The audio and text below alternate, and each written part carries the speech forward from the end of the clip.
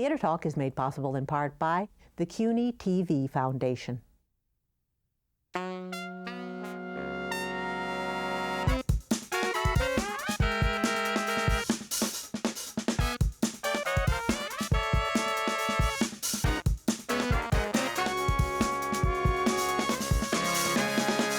Who are you again?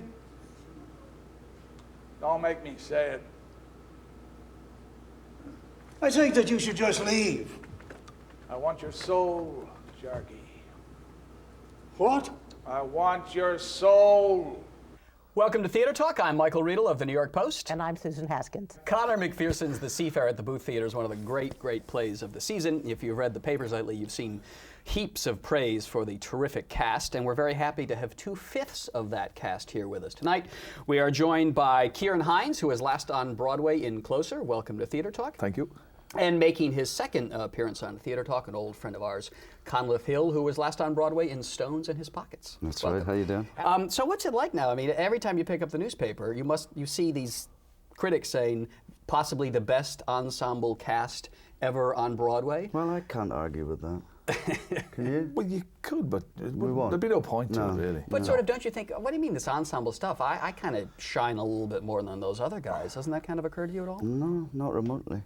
Not at all? But Conleth, you were in the play in London, correct? Yes, I But was. you were not. No, I wasn't. No. So what was it like to have these new guys come into this property you had developed? Very exciting. I've done it a few times with plays that the casts change, so you just approach it like you're starting again. I mean, I by chance had seen it in London. I had somebody gave me a birthday present of a ticket to go and see it. At that stage, I had no idea that I'd be involved in it. And I just remember being really thrilled by the play, by the writing and the performances. But it's like whatever people are saying about this ensemble performance, it's exactly what I saw in London. It just happened to be the three different actors playing the roles, but I saw exactly a fantastic piece of ensemble. Then is it the writing itself that lends itself to this ensemble kind of performance, and Conor McPherson's direction of you guys? Absolutely. It's a very complicated second act. Yeah. That has to be drilled and drilled and drilled and drilled.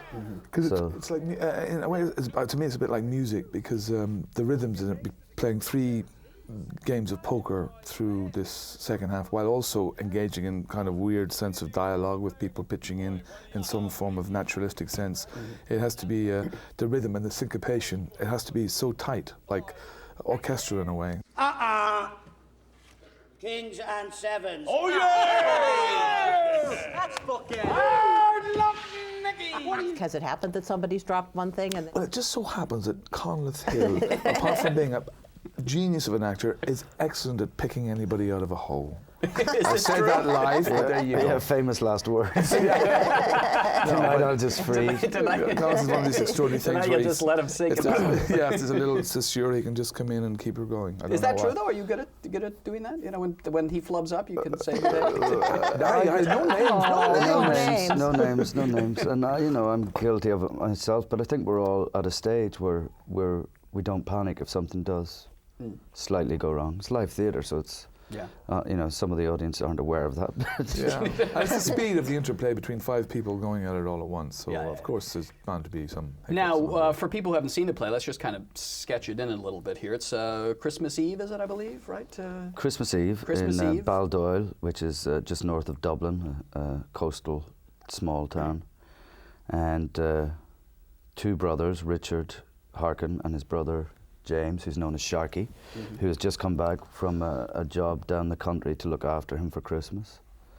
And their friend Ivan, who seems to be in the house all the time. And because, that's you? Yeah, he doesn't want to go home.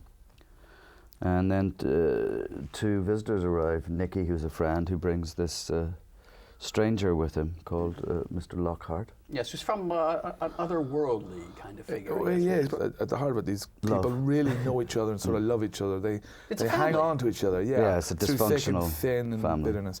But this is one of them picks up this stranger who is completely different to the other. You know, he's a snappy dresser and unlike pointed myself. yourself. This is as by as far as it You're not goes. a snappy dresser. I My play a snappiness trampy. goes this far, and that's it, I have to say. But then they throw you in a suit, and you look very elegant in a big overcoat. And a little menacing, I have tit to for, say. And the red tie. Yeah, red tie, red waistcoat. And, Well, we don't want to give it away, although Conor was on here and he spoke openly about, Right. you are playing a character who's a tempter, shall we say, a Yeah. devil. Why are you coming into this setting on this particular night? Well, because of an issue that he had with one of the brothers, Sharky, who's sort of the center, the quiet center force of the piece, that 25 years ago they made a deal that Sharky, through his drinking and stuff, has forgotten that he was actually responsible for the death of a man.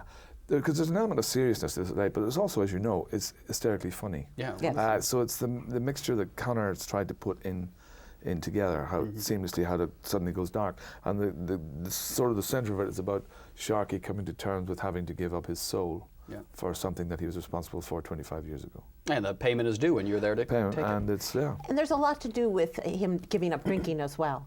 I mean, the overriding thing. I mean, you're drunk through the whole play. Yeah, we but- say that, and but- there's this overriding theme of combating those demons as well. Yeah, there are Interesting. several alcoholics Yeah. in the play. Yeah. Do you play it at all that it slowly begins to dawn on you? Are you aware at all that he is not of your world, that he's in here for something else? No, he's set out as a stranger because no one knows him. So that's otherworldly enough for us. Yeah. But no, we've no idea who he is. So we're not giving away a surprise. The whole No, I thing don't is think so so. beautifully No, done. in a way, because it's revealed, it's very shortly afterwards anyway. It's Yeah, when he says, yeah. when he's alone with them, because the whole point is the other three are oblivious to the fact oblivious. what he's there for. Well, that's what's so And- clever about it. The two people who could possibly help him, one is blind, Yeah. Yeah, that's you. and the other. Well, No, no, you've lost his your brother glasses. has lost Yeah. his sight completely, Yeah. but I've lost my glasses, so I can't see. him. You're oblivious. So when poor David Morse is suffering terribly, it's great because we can't see anything. We're just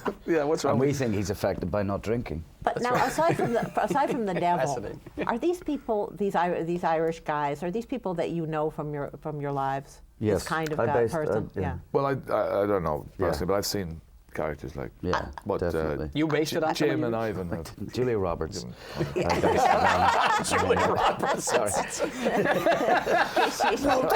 Famous Irish drunk Julia Roberts. That's why this is such a Yeah. brilliant ensemble. And you're doing Judy Judy Garland. Garland, yeah. But with much higher heels. Okay. Is there something archetypally Irish about these guys? Yeah, I think so. What is that? A fondness for Beyond the drinking. story- Talking Storytelling. rubbish and storytelling, Storytelling, and drinking. and Joy de emotionalism. vivre. That's Irish for joy of life.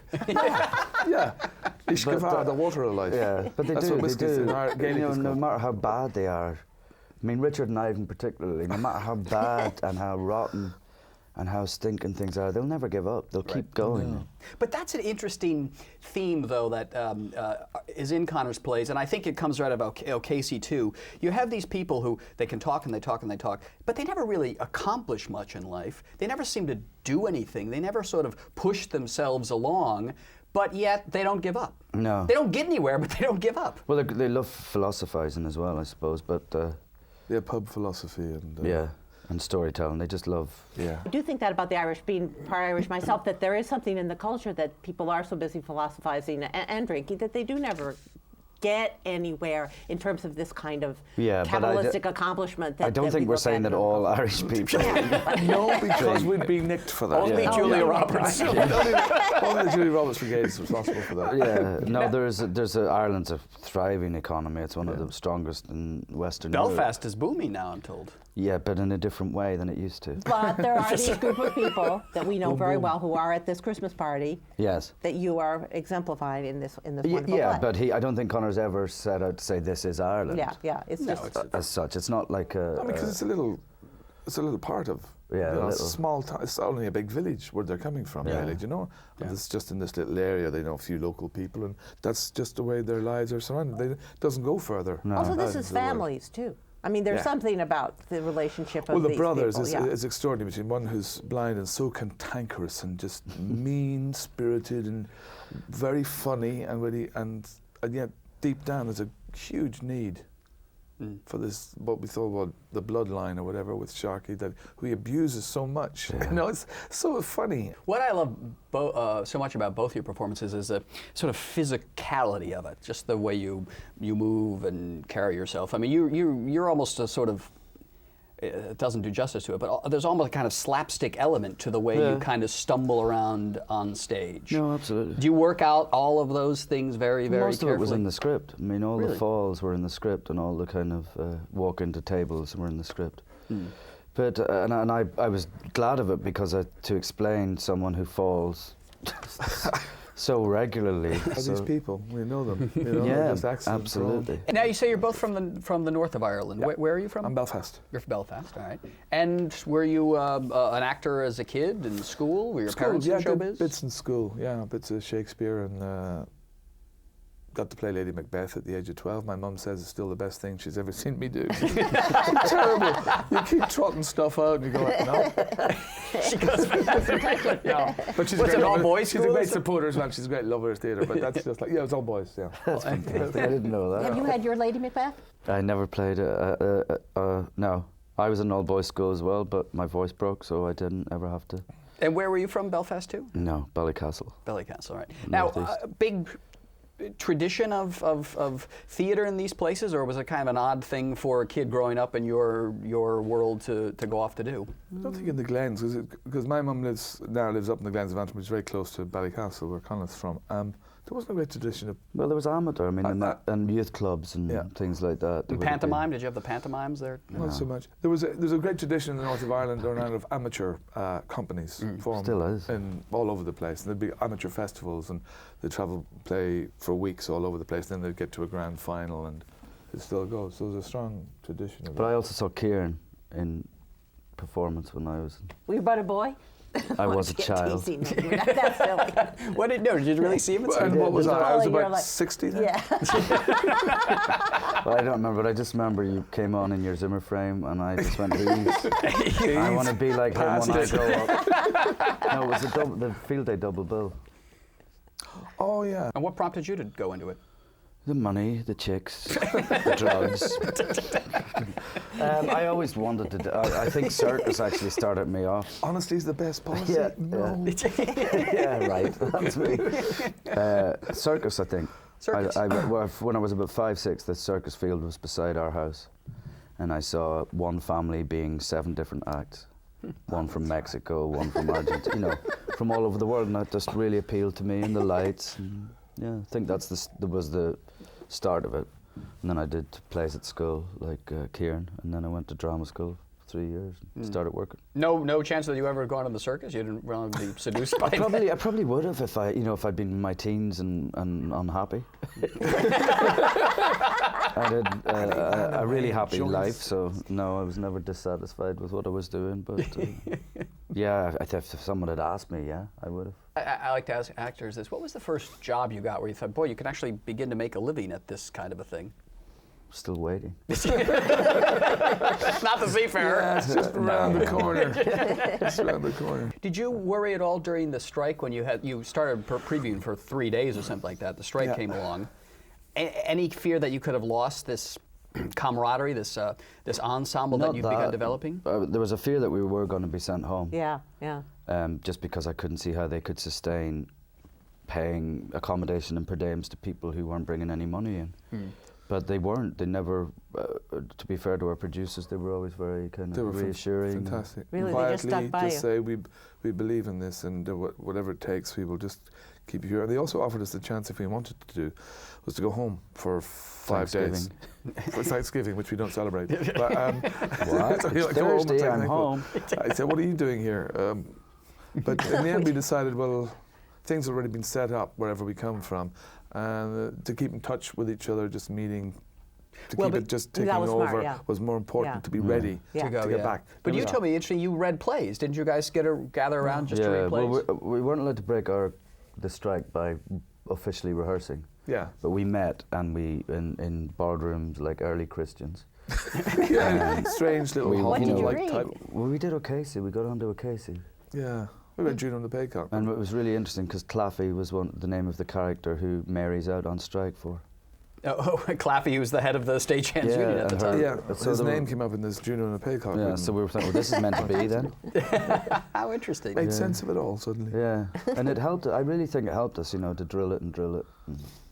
Even not together. just to run the play itself, but to do other plays, to read Well, other plays together. That helped, yeah. Just for the just to be- Dublin side of it. Yeah, and, because once you have something, you want to break the rules of it as well, or see if you can break the rules before coming back to the structure. So inside it, you can dance around it a bit rather than going like it's very rigid. Do you know what I mean? Because you want it to extend and things grow were and found move. that, you know, we So- discovered things while we were doing that even, Yeah. you know, Yeah.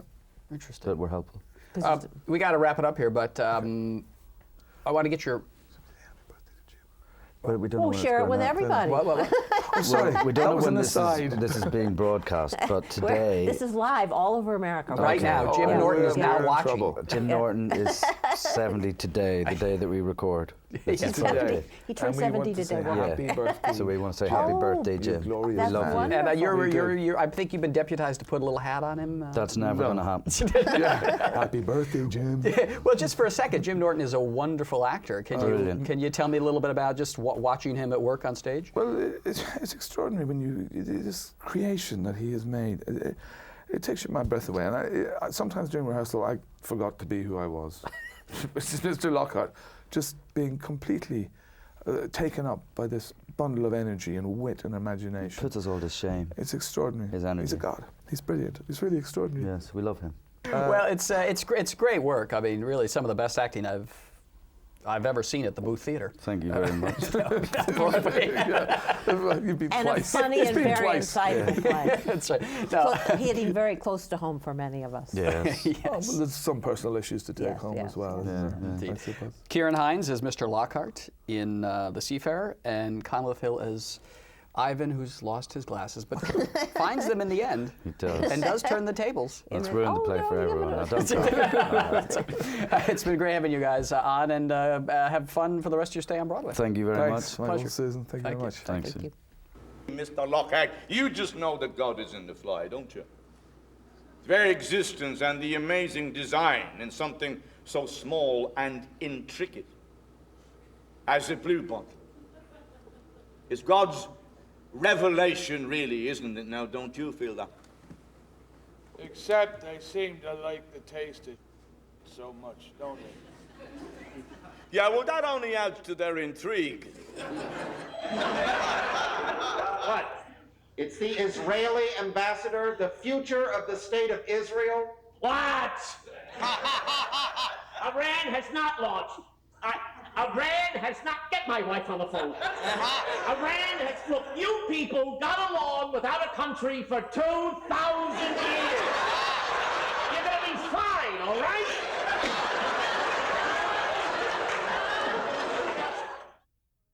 We're here at the first rehearsal of November. It's now November 26th. Dylan Baker, what do you do at the first rehearsal? Well, in the first rehearsal, we all look at each other and say, my God, we're really going to do this. And then we read the play and listen to Nathan make us all laugh. Nathan is the President of the United States, and I think he's ready to assume office. He's as good a bet as anybody at this point.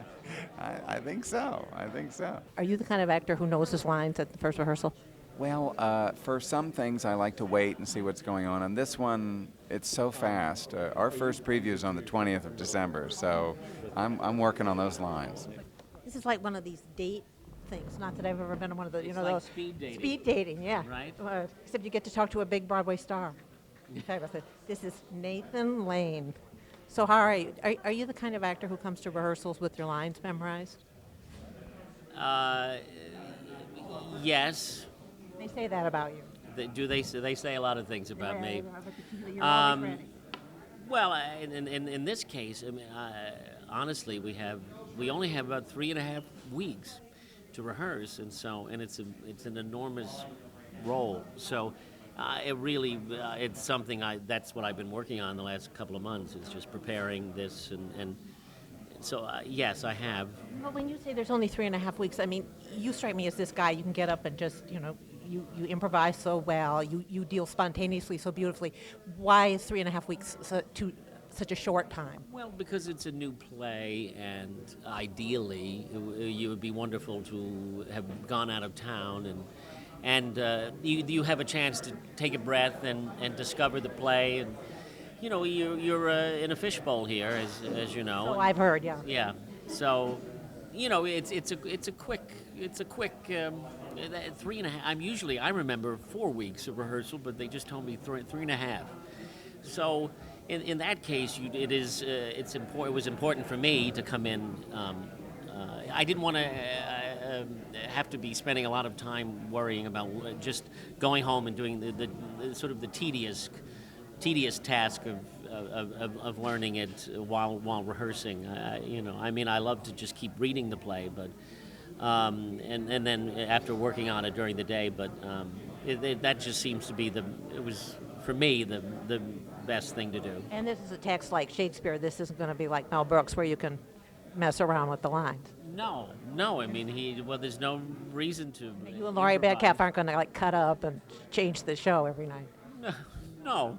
Well, it's not that sort of piece. Yeah. What makes a David Mamet comedy a David Mamet comedy? I don't think of him as the master of hilarious plays. Is this got a lot of jokes, or is this I think there's always been a lot of humor. Well, Glenn Ross is on some levels hilarious, but it's horribly tragic. Right. Yeah. Well, it's. I think it's his use of language and how people communicate with one another. I think that's what maybe is a signature of his, is what people say, what they don't say, how they say it. In this play, this particular president seems very dependent on his speechwriter, played by Laurie Metcalf, and it's an interesting dynamic of why he wants her to write this. He wants her to write this sort of inspirational speech, and he's a smart man, but he's a bit of a thug as well. When did Nathan Lane come into your mind?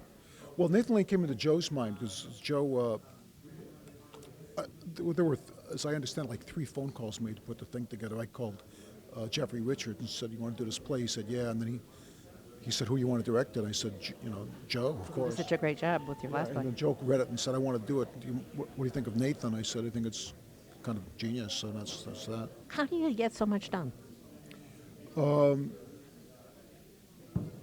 write on a schedule? Well, I'll first ask you that. Do you write on a schedule? Yeah, the schedule is basically all day, every day. Yeah, it's fun. If it wasn't fun, I wouldn't do it. Yeah. I mean, you have any pointers for young writers on how to bring such focus? Yeah, sure. Get up early, get out of the house, throw away your computer, and you don't got to give young writers pointers. It's like because the young writers of today, as of any day, are the people who love to write. And if you love to write, you're going to do it. And if you do it, you're probably going to get better at it. This play, is there anything that you can tell us more about it that it's about the president? Yeah, it's about a president. The United States is about to get voted out of office because he's the worst president in history. What makes him the worst? Because, as his sidekick, Dylan Baker, says, he's f***ed up everything he's touched. Is he a right-wing president? No, we don't know. He's just a president. Uh-huh. So, were you inspired by our current president? I'm inspired by all the presidents. All right. So you won't commit yourself more than that? No. All right. So then what happens to him? Oh, everything. So he decides he's going to make a couple bucks, put a couple dollars in his pocket because he got to go home. So he decides to pardon some turkeys because the turkey manufacturers are going to give him $50,000 to pardon a turkey. You think they're doing that now, maybe? Yeah, they actually do it. I mean, we don't know about the $50,000 part, but we can assume that the president of the United States, his time is valuable. This year they have a head turkey and an alternate. What did they pay me last year? The same, $50,000. $50,000, but this year they have 2 turkeys. That's right. So the going rate this year would be not 50, but $100,000. I'm not sure they've got it in them. Well, let's find out. What's your part in this play? I'm the president's speechwriter, and I'm helping him to try and get reelected.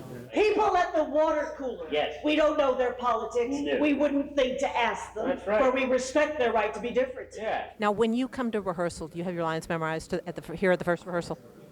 Generally, no. No, I don't. I try and I use the rehearsal period, and we have 3 weeks, so I use that to get off book. And they're not looking at you to. I mean, David said he's going to keep rewriting up until the opening night. So. Oh, really? Yeah. I don't want to put any pressure on you. Why bother to learn? I have one question. I'm going to ask David Mamet if he feels that play about postage stamps, Mauritius, is a homage or a complete ripoff. Will there be lawsuits, David? You have any questions for Nathan Lane? I hope that we're out of what he called our Hitler years, when he didn't care for the things that I was writing. Well, he likes you better than he does Michael Riedel. Okay, yeah, everyone does. But I beg your pardon, tell me what you require. I want a number so high, even dogs can't hear it.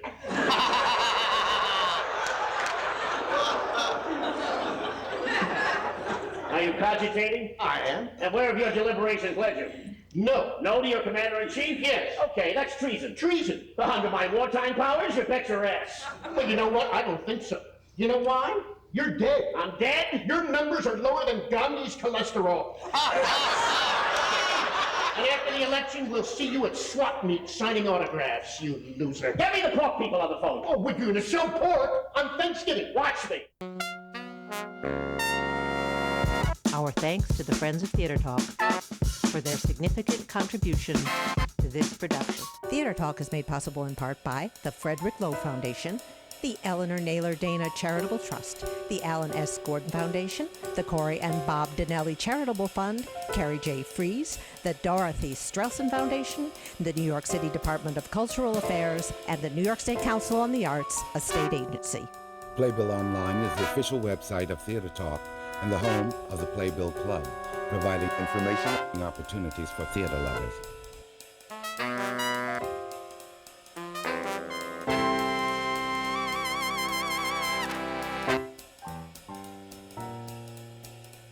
We welcome your questions or comments for Theater Talk. Thank you and good night.